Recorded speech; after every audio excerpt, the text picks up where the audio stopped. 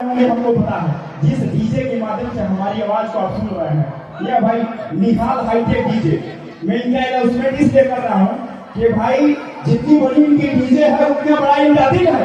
इनका यह कहना है कि इस पूरे ग्राम सभा खामपाल में नहीं, विधानसभा भागपाल में नहीं, सलेमपुर में भी नहीं, पूरे जनपद स्तर में, पूरे जनपद स्तर में, पूरे मंडल स्तर में और किसी भी निर्धन गरीब बिटिया बहन की शादी होती है, अगर वो निर्धन है, किसी भी भाई की बात अगर निहाल डीजे के पास पहुंचता है तो हमारा ये भाई 1 लाख का साउंड उस बहना और बिटिया की शादी में मुफ्त में लगा के उसके लिए स्वागत है। इसलिए ये निहाल डीजे का जोरदार तालियों के साथ